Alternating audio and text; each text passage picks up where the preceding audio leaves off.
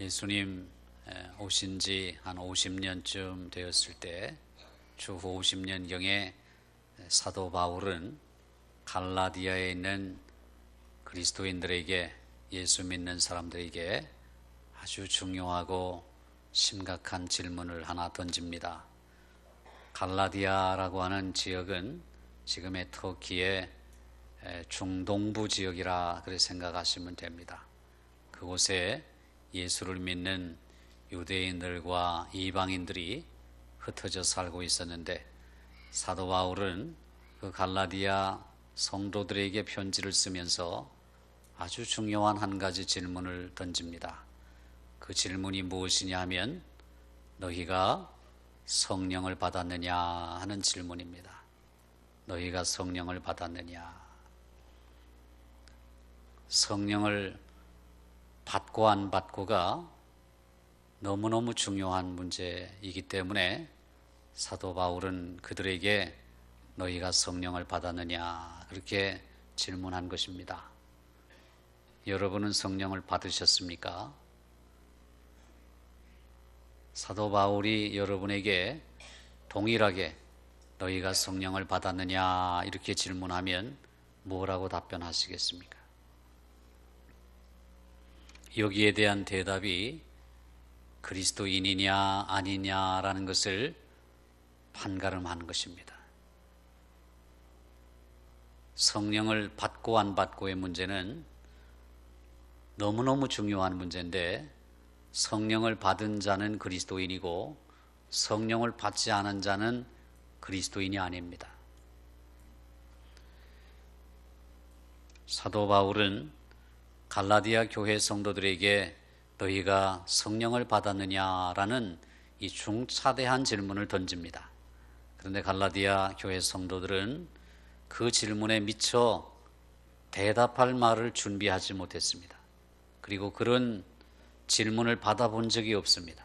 그래서 그 질문이 무엇을 의미하는지조차도 제대로 깨닫지 못하고 있었습니다. 너희가 성령을 받았느냐? 너희가 성령을 받았느냐? 갈라디아 성도들은 뭔가를 행함으로 그들이 그리스도인이 되는 줄 알고 있었습니다. 사도 바울은 그것을 율법의 행위라 그렇게 일컫습니다. 뭔가 내가 행함으로, 내가 선을 베풀고 내가 도덕적으로 의롭게 살아가고 또 내가 신앙의 전통을 잘 지켜 행하고 또 예배를 거르지 않고 이렇게 행하면 그것이 다인 줄 알았습니다. 그러나 사도 바울은 그것이 아니라고, 그것으로 그리스도인이 되는 것이 아니라고 일갈합니다. 그래서 이렇게 선포하죠. 어리석도다 갈라디아 사람들아, 그리스도인이 된다는 것은 뭔가를 행하는 것이 아니라 그것은 바로 성령을 받는 것이다.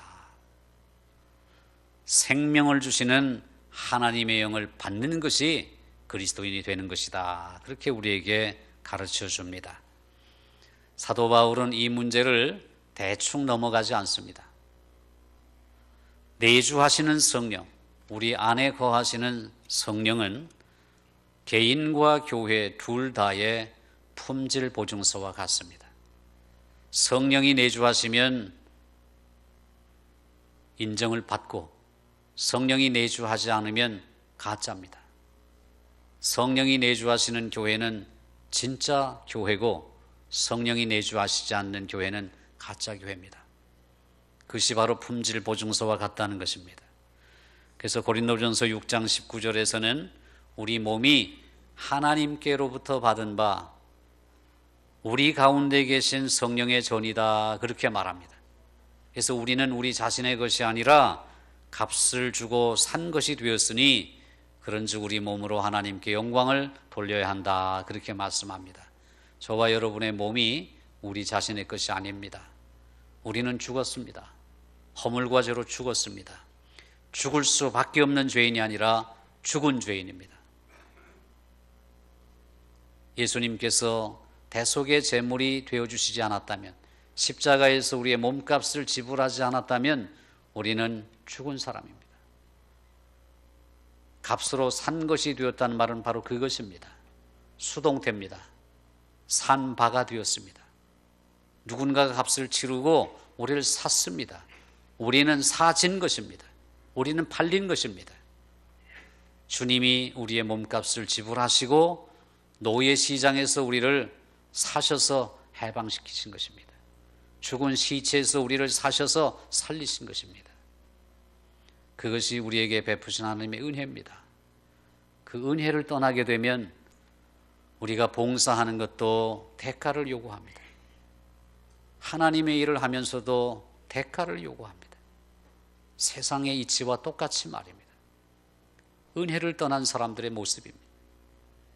우리는 죽었습니다. 허물과 죄로 죽은 자들입니다. 우리는 우리 자신의 것이 아니라 주님의 것입니다. 그러므로 우리의 몸을 가지고 하나님께 영광을 돌려야 된다고 말씀합니다. 오늘 본문은 우리가 하나님의 성전이라고 합니다. 하나님의 성령이 우리 안에 거하신다고 합니다. 그런데 그것을 알지 못하고 하나님이 거하시는 성전을 더럽히면 하나님께서 멸하신답니다.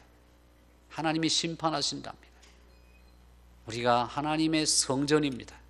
하나님의 거룩한 영이 거하시는 성전입니다. 이 몸을 더럽히면 하나님이 멸하신답니다. 여러분 손으로 얼마나 많은 죄를 짓습니까? 여러분의 몸으로 얼마나 많은 죄를 짓습니까? 여러분의 눈으로 얼마나 많은 죄를 짓습니까? 여러분의 머리로, 생각으로, 마음으로 얼마나 많은 죄를 짓습니까? 거룩한 하나님의 영이신 성령이 내 안에 전을 삼으셔서 이것이 성전입니다. 내 몸이 성전입니다. 그러므로 너희 몸으로 하나님께 영광을 돌리라, 그렇게 말씀하고 있는 것입니다. 로마서 8장 9절을 보면 누구든지 그리스도의 영이 없으면 그리스도의 사람이 아니다, 그렇게 말합니다. 이처럼 성령의 내주하심은 우리 그리스도인 개인에게나 교회 공동체에게나 필수 불가결한 요소입니다. 그래서 우리는 성령을 늘 사모해야 합니다. 성령이여 오시옵소서. 성령이여 내 안에 충만히 거하여 주시옵소서. 성령이여 나의 삶의 위로가 되어주시고 소망이 되어주시옵소서. 날마다 성령을 갈급해야 합니다. 요한복음 20장 22절을 보면 예수님께서는 제자들에게 성령을 받으라, 그렇게 말씀하십니다. 받고 안 받고의 선택의 문제가 아닙니다. 하나님의 명령입니다. 성령을 받으라. 성령을 받지 않으면 그리스도인이 아닙니다. 예수의 제자가 아닙니다. 하나님의 자녀가 아닙니다. 예수님 안에 충만했던 성령이 제자들에게 임하게 되었습니다. 그래서 아버지께서 아들에게 위임하신 그 대사명이, 세상 땅끝까지 이르러 내 증인이 되라는 그 대사명이 제자들에게 주어진 것입니다. 무엇과 함께요? 성령의 충만함과 함께. 그래서 오직 성령이 너희에게 임하시면 너희가 권능을 받고 예루살렘과 온 유대와 사마리아와 땅끝까지 이르러 내 증인이 되리라, 그렇게 말씀하신 것입니다. 오순절 이후에 성령이 제자들에게 임하셨습니다. 구약시대에는 특별한 사람들에게만 임한 것을 봅니다. 그리고 구약시대에는 성령께서 들락날락 하십니다. 오셨다가 사라지기도 합니다. 그러나 신약시대에 와서 예수님 이후에 예수님의 영으로 이제 우리 가운데 인격적으로 임하십니다. 우리의 지정의 모든 요소 가운데 성령께서 충만하게 임하십니다. 구약시대에 특별한 사람들에게 임했던 성령께서 이제는 누구에게나, 구약시대의 능력으로 나타났던 성령께서 이제는 인격적으로 우리 안에 내주해 계시는 것입니다. 오순절날 어떤 일이 벌어졌습니까? 세계 각국에서 사도행전 1장을 보면 거기에 수많은 나라들에서 사람들이 모여 있는 것을 봅니다. 오순절날 사도행전 2장으로 넘어가면 수많은 사람들에게 성령이 임합니다. 적어도 16개국 이상의 나라들에 온 사람들에게 말입니다. 세계 각지에서 온 온갖 다양한 사람들, 그 사람들에게 성령이 임한 것입니다. 구약시대에는 오시기도 하고 가시기도 했던 성령이 이제 예수 그리스도를 영접한 사람들의 마음속에 들어오셔서 영원한 거주자가 되신 것입니다. 이제는 그분은 절대로 떠나지 않으십니다. 바로 이 성령, 인격적이며 떠나지 않으시며 누구에게나 임하실 수 있는 그 하나님, 그 하나님의 영이 바로 성령이십니다. 그분은 바로 승천하신 예수님의 이별의 선물이었습니다. 내가 가면 보혜사 성령을 너희에게 보내주시겠다 약속하신 주님의 선물입니다. 제자들에게 그리고 우리들에게 성령을 주심은 예수님의 죽으심과 부활과 승천의 열매였습니다. 먼 옛날 에스겔 선지자나 예레미야 선지자나 요엘 선지자가 하나님의 영이 임할 것이다, 하나님의 성령이 임할 것이다, 그렇게 예언한 대로 이제 성령님께서는 우리 모든 신자들의 마음과 삶 속에 인격적으로 오셔서 내주해 계십니다. 인격적으로 오셨다는 것은 함께 기뻐하고 함께 슬퍼하고 함께 우리와 동행한다는 것입니다. 그리하여 예수를 믿는 우리는 성령이 거하시는 전 거룩한 예수의 영이신 성령의 전이 된 것입니다. 우리가 성령의 전이라는 것은 구약시대에 성전에 충만했던 하나님의 영광이 이제 우리 안에 충만하다는 것을 말합니다. 돌 위에 새겨진 율법이 이제는 우리의 마음에 비인 신비에 아로 새겨졌다는 것입니다. 이제 성령은 우리 안에 내주하시면서 죄를 깨닫게 하십니다. 양심의 가책, 죄를 짓고 나서 부끄러워하는 것, 그리고 숨기고 싶어하는 것, 이 모든 것들이 성령의 역사입니다. 예수 증인의 삶, 그 제자의 삶을 살게 하시는 분도 성령이십니다. 성령은 교회적으로 보면 예수님의 초림으로부터 시작해서 하나님의 나라가 예수님의 재림으로 완성된다는 보증수표입니다. 그리고 우리 한 사람 한 사람 개인적으로 보면 거듭남으로부터 시작해서 하나님의 구원이 영원한 천국에 이르는 영화로 완성된다는 보증수표인 것입니다. 그러므로 성령의 전이라는 것은 이 같은 놀라운 은혜와 축복의 보증이 되는 것입니다. 이와 같이 우리 안에 내주하셔서 하나님의 나라를 완성하시고 우리의 구원의 역사를 완성하시는 그 성령의 능력에 사로잡혀 살아가시는 여러분 되시기를 주의 이름으로 축원합니다. 성령은 가장 먼저 세례를 통해 우리에게 임하십니다. 신약에 성령으로 세례를 받는다는 말은 모두 7번 등장을 합니다. 성령 세례는 그리스도인이 되는 입문이라고 할 수 있습니다. 그것은 새 생명이 우리 안에서 시작되는 거듭남과 즉 중생과 관련됩니다. 우리는 이 세례를 통해서 그리스도와 연합하게 되는 것입니다. 세례를 통해서 그리스도 안에 들어가게 되는 것입니다. 그러므로 성령 세례는 그리스도인이 되는 데에 필수적인 선결 조건입니다. 성령의 사역인 무엇입니까? 우리로 하여금 열매 맺는 삶을 살게 합니다.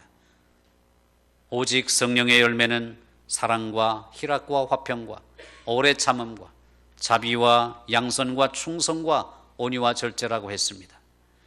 여기에서 성령의 열매라고 할 때 열매란 단어는 복수형이 아니라 단수입니다. 성령의 열매들은이 아니라 성령의 한 가지 열매입니다. 그 한 가지 열매에서 9가지 맛을 내는 것입니다. 성령의 수액을 받게 되면 우리는 다양한 덕목으로 맛을 내게 되는 것입니다. 다른 사람들에게 선한 영향력을 끼칩니다. 모두에게 기쁨을 주는 삶입니다. 이것이 바로 성령으로 열매 맺는 삶인 것입니다. 우리가 예배하는 것도 사실상 성령의 역사입니다. 최고의 예배가 어떤 예배입니까? 영과 진리로 예배하는 것입니다. 하나님의 영과 하나님의 말씀으로 예배하는 것입니다. 이것이 바로 최고의 예배입니다. 다시 말하면 성령의 감화 감동하심이 없는 예배는 진정한 예배가 아니라는 것입니다. 뿐만 아니라 성령의 역사는 우리의 사명과도 직결됩니다. 불가분의 관계입니다. 성령이 임하실 때 우리는 복음의 증인이 될 수 있습니다. 예수님께서도 하나님이 성령과 능력을 기름 붓듯 하심으로 자신의 사명을 감당하셨다고 말씀합니다. 우리가 주의 일을 하는 것도 성령의 역사로 하는 것입니다. 우리가 성령을 소멸시킬 때에 우리는 은혜 없이 사명을 감당하여 시험의 자리에 빠지게 됩니다. 힘으로도 되지 않는 것입니다. 능으로도 되지 않는 것입니다. 오직 여호와의 신으로, 여호와의 영으로만 되는 것이 주의 일입니다. 하나님께서 우리 주신 사명이 무엇입니까? 죽도록 충성하는 것입니다. 대가를 바라지 않고서요. 왜요? 우리는 죽었으니까요. 죽은 목숨 살려주셨는데 무슨 대가를 더 바라겠습니까?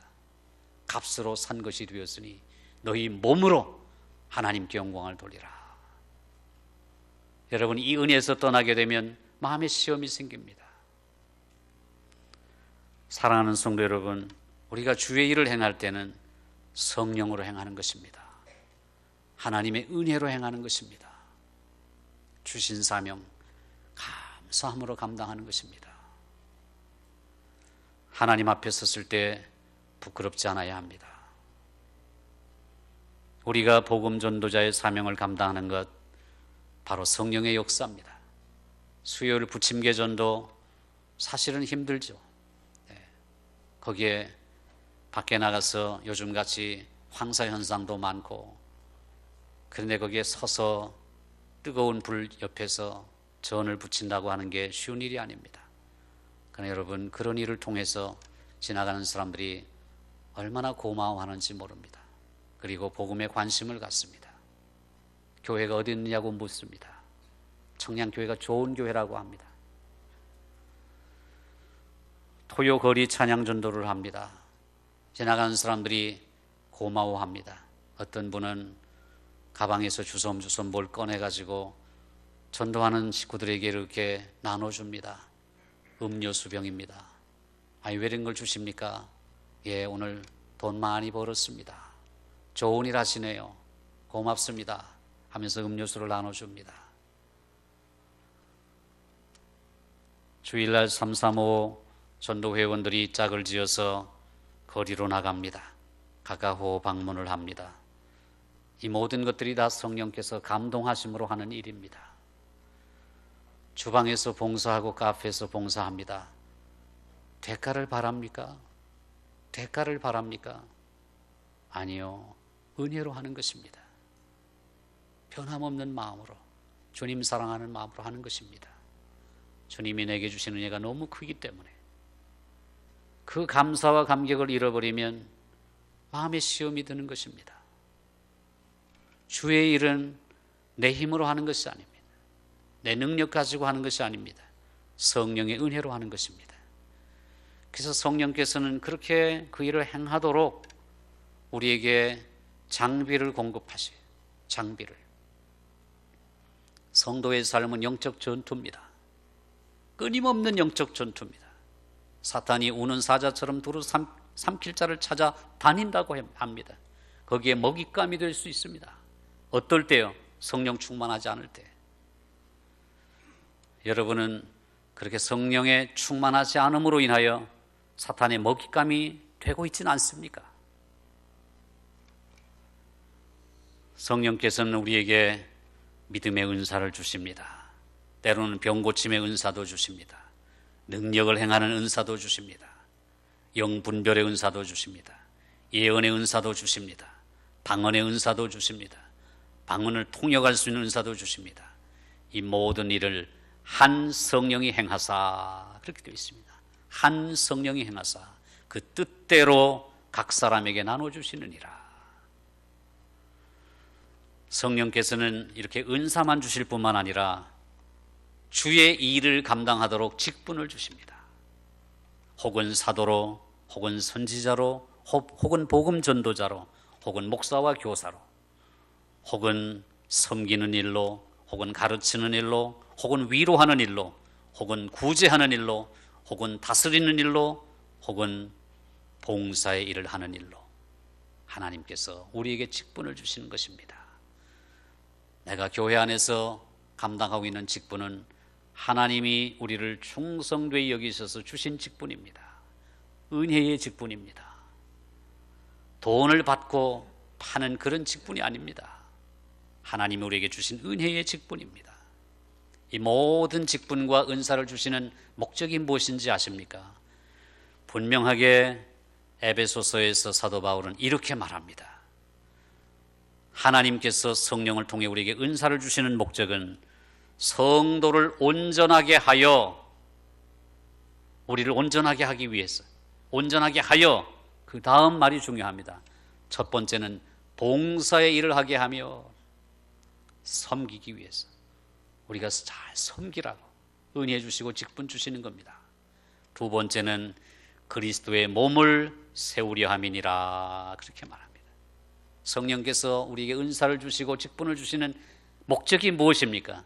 우리를 온전하게 해서 봉사의 일, 섬기는 일을 하게 하며 그리스도의 몸을 세우기 위함이다, 그렇게 말합니다. 얼마나 복된 일입니까? 우리를 온전하게 하시기 위해서, 그렇게 해서 어떤 일을 하시려고? 섬기게 하기 위해서, 또 그리스도의 몸을 세우기 위해서 우리에게 은사를 주시고 직분을 주신다고 말씀합니다.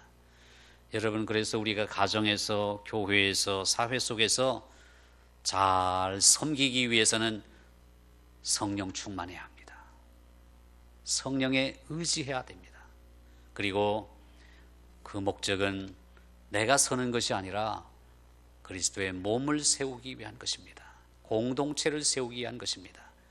내게 주신 직분은 나의 유익을 위해서 주셨을 뿐만 아니라 궁극적인 목적이 그리스도의 몸을 세우는 것입니다. 그 몸을 세우는 일에 나를 사용해 주시는 것이 얼마나 큰지요. 이 땅에서 사실 대가를 받지 않는 것이 더 좋습니다. 그래서 목사들은요, 상급이 제일 적을 것 같아요. 자원해서, 기쁨으로, 은혜로 아무 대가 없이 그렇게 잘 섬기고 그리스도의 몸을 세우는 사람들이 하나님 앞에서 크게 칭찬받습니다. 그런 사람들이 착하고 충성된 종이라고 칭찬받는 것입니다. 여러분이 바로 그렇게 성령에 충만해서 잘 섬기시는 분들로, 그리고 그리스도의 몸을 세워가시는 분들로 하나님 앞에 크게 영광 돌리시기를 주의 이름으로 축원합니다. 여러분에게 질문합니다. 여러분은 성령을 받으셨습니까? 사도 바울이 갈라디아 교인들에게 이 질문을 던집니다. 너희가 성령을 받았느냐? 고린도전서 12장 3절을 보면 하나님의 영으로 말하는 자는 누구든지 예수를 저주할 자라 하지 아니하고 또 성령으로 아니하고는 누구든지 예수를 주시라 할 수 없느니라. 고린도전서 12장 3절 말씀입니다. 성령으로 아니하고는 누구든지 예수를 주시라 할 수 없느니라. 그러므로 성령을 받은 증거는 무엇보다도 예수님은 나의 구주이십니다라고 고백하게 되는 것입니다. 이런 질문입니다. 너희가 성령을 받았느냐? 그 질문은 너희가 예수를 주시라 고백하느냐 하는 질문과 같습니다. 예, 예수님은 나의 주님이십니다. 이렇게 우리가 고백할 수 있다면 성령 받은 것입니다. 하나님의 영신 성령으로 아니하고는 예수를 주시라 할 수 없다 했습니다. 우리가 예수님을 주님으로 나의 구주이십니다라고 고백하면 그는 바로 성령을 받은 사람입니다. 여러분은 성령을 받으신 줄로 믿으시기를 바랍니다. 신약 성경에는 그 외에도 성령을 받은 증거들이 많이 나타나 있습니다. 성령이 임하시자 제자들은 새로운 능력을 받아서 하나님을 찬양하고 하나님께 담대히 기도했습니다.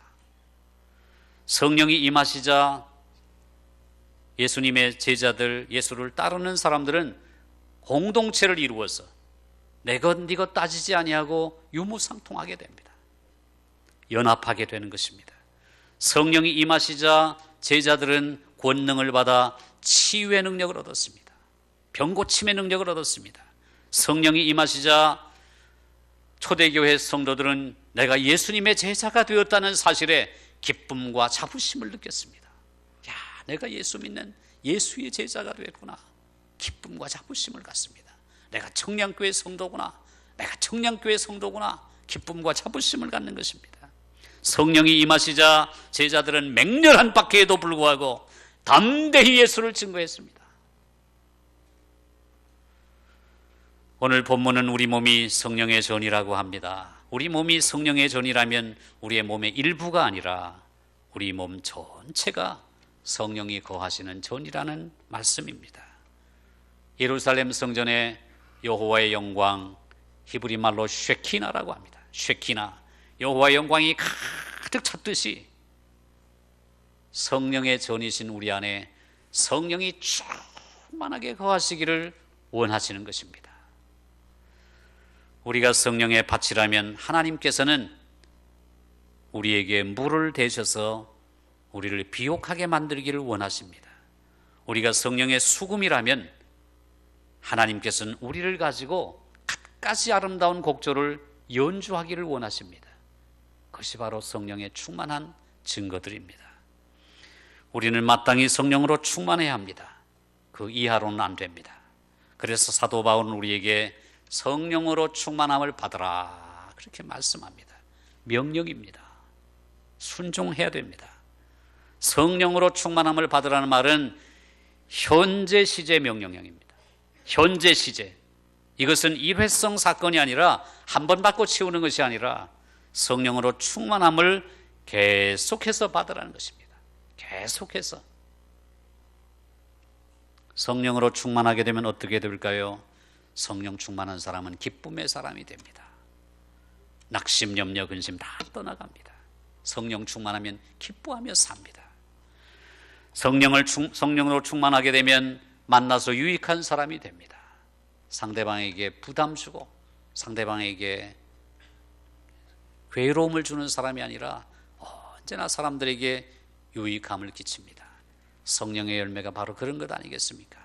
사랑, 희락, 화평, 오래 참음, 자비, 양선, 충성, 온유, 절제, 이 모든 것들이 바로 아름다운 영향력을 미치는 것입니다. 그간 자족의 빛을 발하는 사람이 됩니다. 성령 충만한 사람은 하나님께는 물론 사람들에게서도 칭송과 감사가 넘치는 그런 말을 듣습니다. 그리고 성령 충만한 사람은 다른 사람들을 자기보다 먼저 앞세우는 겸손한 사람입니다. 여러분, 가장 가깝고 가장 친한 사람들에게 겸손하기가 가장 어렵습니다. 요즘 대기업의 임원들이나 회장들이나 이런 분들이 운전수들에게, 기사들에게 갑질을 한다고 해서 매스컴에서 굉장히 지금 이렇게 얘기를 하고 있습니다. 그렇게 가장 가깝고 이렇게 가까이 있는 사람들에게 겸손하기가 그만큼 어려운 것이죠. 그런 분들을 이렇게 존대하고 귀히 여기고 고맙게 생각하고 그리고 늘 위로하고 그렇게 한다면 얼마나 좋은 세상이 될까요? 그리고 섬기시는 분들은 얼마나 자부심을 느끼고 기쁨으로 그 일을 감당할까요? 왜 이 사회는 그렇지 못할까요? 성령 충만한 사람은 그렇게 가까이 있는 사람들에게 겸손한 사람입니다. 그들에게 온유한 사람입니다. 그리고 성령 충만한 사람은 늘 다른 사람들을 주께 인도할 기회를 살핍니다. 성령 충만한 사람은 도덕적인 어둠에 조금이라도 틈을 주지 않으려고 조심합니다. 도덕적 어둠에 틈을 주지 않으려고 조심합니다. 성령 충만한 사람은 빛 가운데 거하는 자기의 삶이 어두워지지 않도록, 어두운 구석이 없도록 항상 밝은 빛 가운데 거하려고 애씁니다. 베드로는 성령으로 충만하여 백성의 관리들과 장로들에게 이렇게 담대히 선포합니다. 백성의 관리들과 장로들아, 만일 이 병자, 이 나면서부터 안전병이 된 이 병자에게 행한 착한 일에 대하여 이 사람이 어떻게 구원을 받았느냐고 오늘 우리에게 질문한다면 너희와 모든 이스라엘 백성들은 알라, 너희가 십자가에 못 박고 하나님이 죽은 자 가운데서 살리신 나사렛 예수 그리스도의 이름으로 이 사람이 건강하게 되어 너희 앞에 섰느니라. 이 예수는 너희 건축자들의 버린 돌로서 진모퉁이의 머릿돌이 되었느니라. 다른 이로서는 구원을 받을 수가 없나니 천하 사람 중에 구원을 받은 만한 다른 이름을 우리에게 주신 일이 없음이니라. 여러분, 여자종 앞에서도 예수를 부인하고 저주하며 맹세까지 했던 겁쟁이 베드로가 어디에서 이런 담대한 용기가 생겼을까요? 바로 그것은 성령으로 충만했기 때문입니다. 할렐루야. 성령으로 충만하면 이런 담대함이 생기는 것입니다. 사도행전 4장을 가면 초대교회인 예루살렘 교회에 성령이 임하시자 놀라운 믿음의 역사가 임한 것을 봅니다. 사도들과 예루살렘 교회 성도들은 그들에게 성령이 임하시자 한 마음으로 하나님을 향하여 소리 높여 기도합니다. 과연 헤롯과 빌라도는 이방인과 이스라엘 백성과 합세하여 하나님께서 기름 부으신 거룩한 종 예수를 거슬러 하나님의 권능과 뜻대로 이루려고 예정하신 그것을 행하려고 이 성에 모였나이다. 주여, 이제도 그들의 위협함을 굽어보시옵고 또 종들로 하여금 담대히 하나님의 말씀을 전하게 하여 주시오며 손을 내밀어 병을 낫게 하시옵고 표적과 기사가 거룩한 종 예수의 이름으로 이루어지게 하여 주시옵소서. 빌기를 다하며 모인 곳이 진동하더니 무리가 다 성령이 충만하여 담대히 하나님의 말씀을 전하니라. 할렐루야. 이것이 바로 성령 충만한 증거들입니다. 사울이 주의 제자들에게 위협과 살기가 등등하여 그들을 잡아 죽이려고 다메섹으로 가던 도중에 부활하신 주님을 만납니다. 눈이 멀어 사흘 동안 먹지도 보지도 마시지도 못한 채 다메섹에 있는 아나니아라는 선지자를 만납니다. 아나니아는 사울에게 안수하며 이렇게 말합니다. 형제 사울아, 주 곧 네가 오는 길에서 나타나셨던 예수께서 나를 보내어 너로 다시 보게 하시고 성령으로 충만하게 하신다. 이 말을 들은 사울은 즉시 눈에서 비늘 같은 것이 벗어져서 다시 보게 되었습니다. 일어나 세례를 받고 성령에 충만하여 다메섹에 있는 예수 믿는 제자들과 함께 각 회당에 들어가 예수가 하나님의 아들이시다, 예수가 하나님의 아들이시다 전파하니 듣는 사람들이 다 놀라며 말했습니다. 이 사람이 예루살렘에서 이 이름을 부르는 사람을 멸하던 자가 아니냐. 여기 온 것도 그들을 결박하여 대제사장들에게 끌어가고자 함이 아니냐. 이렇듯 놀랍게도 성령으로 충만해진 사울은 힘을 더 얻어서 예수를 그리스도라 증언하여 다메섹에 사는 유대인들을 당혹하게 만들었습니다. 이렇게 성령에 충만하게 되면 놀라운 능력을 받는 것입니다. 성령을 우리가 받는 것은 단회적입니다. 그러나 성령의 충만함은 계속 받아야 되는 것입니다. 이 생에서 우리가 죄 없이 완전해질 수 있는 길은 없습니다. 그러나 우리가 그 죄를 이길 수 있는 길이, 유일한 길이 있다면 성령 충만함입니다. 그래서 우리는 성령 충만이 어떤 특별한 한 순간의 그 충만이 아니라 우리의 일상적인 상태가 되어야 합니다. 이것이 중요합니다. 성령 충만은 부흥회 때, 특별 새벽 기도회 때, 주일 예배 때, 이럴 때만 성령 충만한 것이 아니라 성령 충만은 우리의 일상적인 상태가 되어야 합니다. 우리의 일상적인 상태. 우리는 날마다, 때마다, 시마다, 항상, 언제나 성령으로 충만해야 됩니다. 그래서 우리는 성령 충만을 구해야 되는 것입니다. 근데 우리를 살펴보면 그렇지 못하죠. 죄를 짓습니다. 성령의 전이라고 하면서 온갖 더러운 것들이 가득 찰 때가 많습니다. 때로는 눈이 멀어서 그분이 베푸신 은혜를 보지 못하기 일쑤입니다. 눈에 보이는 것은 세상적인 재물, 물질에 대한 욕심, 그리고 쾌락, 명예, 권력, 이런 것만을 봅니다.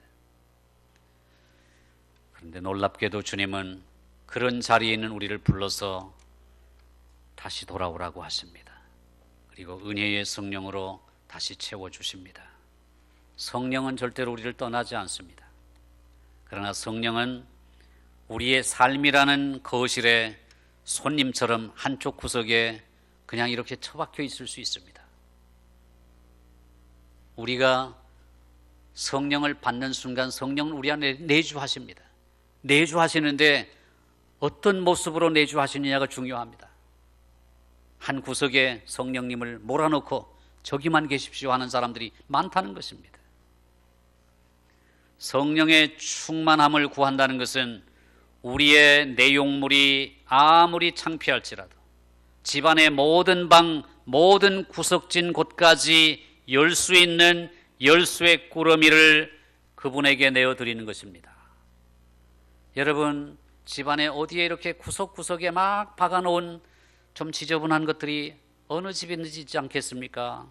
손님을 청할 때는 그런 거 다 가려놓고 깨끗한 모습만을 보여줍니다.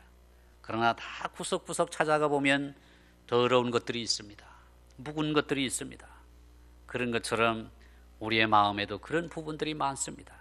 성령 충만하다는 것은 그 모든, 아무리 그 내용물이 창피할지라도 부끄러울지라도 집안의 모든 방, 모든 구석구석진 창고까지 열 수 있는 열쇠 꾸러미를 성령님께 내드리는 것입니다.